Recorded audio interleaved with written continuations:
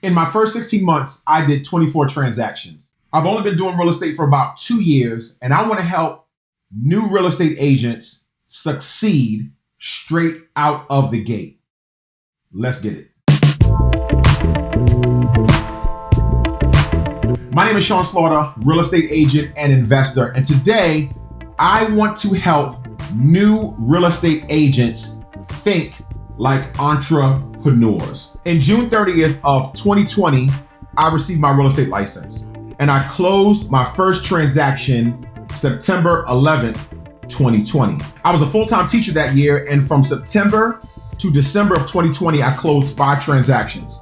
The following year in 2021, I was still teaching, and from January to December of 2021, I closed 19 transactions. I stopped my teaching job in June of 2021, and I've learned some things that I think that can help you. This will be one of many videos, but today I want to get started on mindset. Number 1, you are an entrepreneur now. Here's what I mean by this. When I was a school teacher, I basically worked a 9 to 5, or really a 7 to 2:30, right? But you have to change how you think about work. The reality is that you're going to work longer hours and odder hours than when you worked a 7 to 2:30. You may be working with your clients for several weeks at a time, and then all of a sudden you go on the contract and you're just kind of managing the transaction, and you're not driving all over God's green earth looking for properties, or your phone is not blowing up from agents wanting to go see your property. It's really a roller coaster being a real estate agent. Lots of ups and downs, lots of highs and lows, and you're gonna have to be prepared for this because this is not your typical job. There's not a consistency.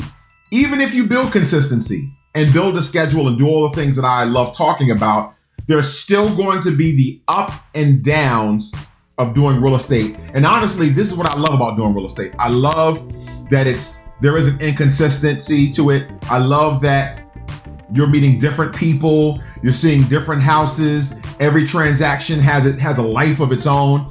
I actually love that challenge. If you are looking for stability when it comes to your work, this may not be for you. But if you're looking for excitement and every day brings something new, you're in the right place. One book that I want to recommend is The Millionaire Real Estate Agent. This will really begin to shape your mind on how to think like a realtor. Number 2, what you do today will affect how you get paid 2 months down the road, at least. See, here in Virginia, when you ratify a contract, it generally takes about 45 days for that transaction to close. And then from that point, it takes maybe another 5 to 7 to 10 days for that check to go from the title company to your brokerage, and for your brokerage to deposit that into their account and then ultimately pay you. So whatever you do today, you may not get paid for 2 months. That's why you have to get out of the 9 to 5 mindset. See, as a 9 to 5 salaried employee, it doesn't matter how much work you do today. You could do a lot of work today, you could do very little work today, and you're still gonna get that same salary. But as a real estate agent, you work on commission. And what you do today will affect how much you get paid a few months down the road. Number 3, it is time to get organized. If you are an unorganized person, either you're gonna have to learn how to get organized, or you're gonna have to hire somebody to organize you. You see, organized agents are sharp agents. When I'm texting agents and working with different agents, I can always tell who's on top of their game because of how quickly they respond, how they're always in the know, because they're organized and they're sharp. Unorganized agents are sloppy and unprepared, and your reputation will precede you.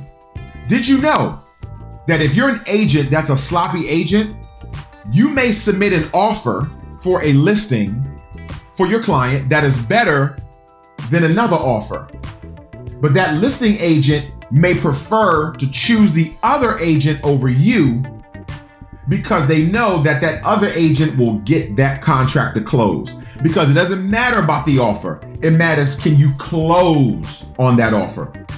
And if you're a sloppy agent and you've made missteps and fumbles before, they may not want to work with you because they know no matter how good your offer is, it's going to get messed up anyway. Number 4, learning how to talk.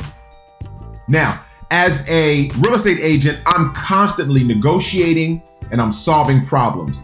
And you're going to have to learn how to think on your feet and talk on your feet. You're negotiating with clients. You're negotiating with agents.